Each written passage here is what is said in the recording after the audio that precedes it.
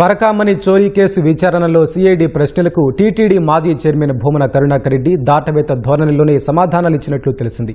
AVSO Satish కుమార్ది ఆత్మహత్యనని అంత త్వరగా మీడియాకు ఎలా వెల్లడించగలిగారని అధికారులు అడగ్గా భూమన పొంతనలేని సమాధానాలు చెప్పినట్లు తెలుస్తోంది. నిందితుడి ఆస్తిని శ్రీవారికి గిఫ్ట్ డీడ్గా తీసుకునేందుకు అప్పటికప్పుడు పాలక మండలి సమావేశంలో టేబుల్ అజెండాగా ఎందుకు పెట్టాల్సి వచ్చిందని సిఐడి ప్రశ్నించింది. ఇవన్నీ తనకు సంబంధం లేని ప్రశ్నలని భూమన దాటవేసినట్లు తెలుస్తోంది.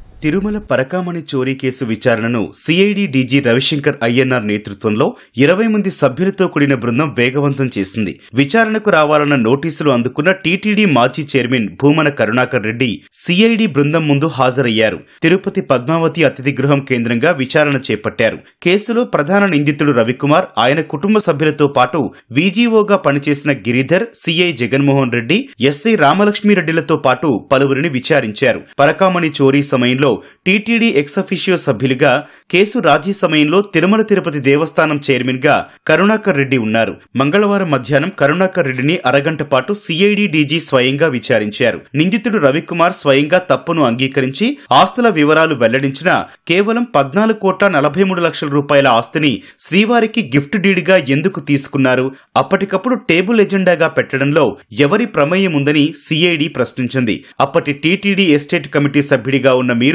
సంతకం చేసేప్పుడైనా అంతర్యాన్ని పసిగట్టలేకపోయారా అని ప్రశ్నించినట్లు తెలుస్తోంది. ఇవన్నీ తనకు సంబంధం లేని ప్రశ్నలని భూమన దాటవేసినట్లు సమాచారం.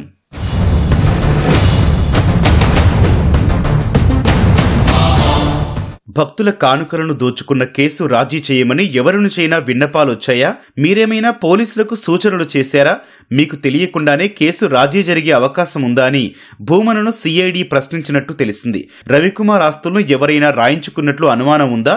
అసలు నిందితుడు ఎంతకాలం నుంచి చోరీకి పాల్పడుతున్నారు? టీటీడీ విజిలెన్స్ ద్వారా అతనిపై ఎలాంటి దర్యాప్తు చేయించారని ఆరా తీశారు. ఈ విషయాల్లో తనకెలాంటి సంబంధం లేదని, తననెవరూ రాజీ చేయమని కోరలేదని అధికారులకు చెప్పినట్లు తెలిసింది. తనపై కుట్రపూరితంగా వ్యవహరిస్తున్నారని, తెలియని విషయాలకు తానెలా సమాధానం చెబుతానని మీడియా ముందు భూమన వ్యంగ్యంగా సమాధానం చెప్పారు. వెంకటేశ్వర స్వామిని దర్శించుకుని తలనీలాలిచ్చినటువంటి వాళ్లు ఎంతమంది, నిన్న తిరుపతిలో కురిసిన వాన చినుకులు ఎన్ని అని అడిగితే నేను ఏమి సమాధానం చెప్పగలను? ఈ పరకామణి కేసులో నాకు అంతే సంబంధం ఉంది. డీజీ గారు నన్ను ప్రశ్నలు అడిగినారు, నేను వారికి సమాధానం ఇచ్చినాను. నేను ఇప్పుడు చెప్పిందే వీటిలన్నింటి. పరకామణి చోరీ కేసు మధ్యవర్తిత్వం చేయడం కరెక్టా? అప్పటికప్పుడు పాలక మండలిలో గిఫ్ట్ డీడ్గా సంబంధించి టేబుల్ ఎజెండాగా పెట్టడం సరైన విధానమేనా అని సిఐడి అధికారులు అడిగినట్లు టీటీడీ పాలక మండలి మాజీ సభ్యుడు, అప్పటి ఎస్టేట్ కమిటీ సభ్యుడు పోకల అశోక్ కుమార్ తెలిపారు. నిందితుడు రవికుమార్ ఇచ్చిన గిఫ్ట్ డీడ్ ఆస్తుల గురించే ప్రశ్నలు అడిగారని మీడియాకు తెలిపారు. అప్పటి TTD chairman YV Subba Reddy, EO Dharma Reddy table ఎజెండాగా చేర్చినట్లు ఆయన పేర్కొన్నారు. శ్రీవారికొస్తోన్న ఆస్తి అక్రమమా సక్రమమా అనేది పరిశీలించాల్సింది ఐఏఎస్ అధికారులని తాను చెప్పినట్టు అశోక్ కుమార్ చెప్పారు. టేబుల్ అజెండా అనేది మా దగ్గర ఉండదు. మాది ఏదైతే ఈ ఒరిజినల్ అజెండా ఉంటుందో పేజీలు అయితే మాట్లాడుకుంటూ పోతూ ఉంటారు. అయిపోయిందనుకో 40 అంశాలు ఉంటాయి, 40వ అంశం అయిపోయింది, లేచిపోతా ఉంటాం. మేము అడిగింది కేవలం ఇది ఒక్కటే. ఈ ల్యాండ్ను మీరు తీసుకున్నప్పుడు మీకు తెలుసునా, మధ్యస్థాలు చేసి చేయొచ్చునా అంటే చేయమని మేము చెప్పాము. చేయడం కూడా కరెక్ట్ కాదు. కానీ అప్పుడున్న పరిస్థితుల్లో ఏదో భగవంతుడు రాని ల్యాండ్ అని వాళ్ళ ఉద్దేశం అనుకున్నారేమో, ఎవరైతే నిర్ణయం తీసుకున్నారో వాళ్ళు. నేను యాజ్ ఏ మెంబర్గా వచ్చిన దాన్ని తీసుకుని అటు పెట్టుకుంటాను అంతే. టేబుల్ అజెండాలో మీరు సంతకం చేశారు సార్? సంతకం చేసే టేబుల్ అజెండాకే కాదు, ఆ రోజు అటెండ్ అయిన దానికి మాత్రమే సంతకం ఉంటుంది. చైర్మన్, ఈఓ వీళ్ళు నిర్ణయం తీసుకునేది టేబుల్ అజెండా.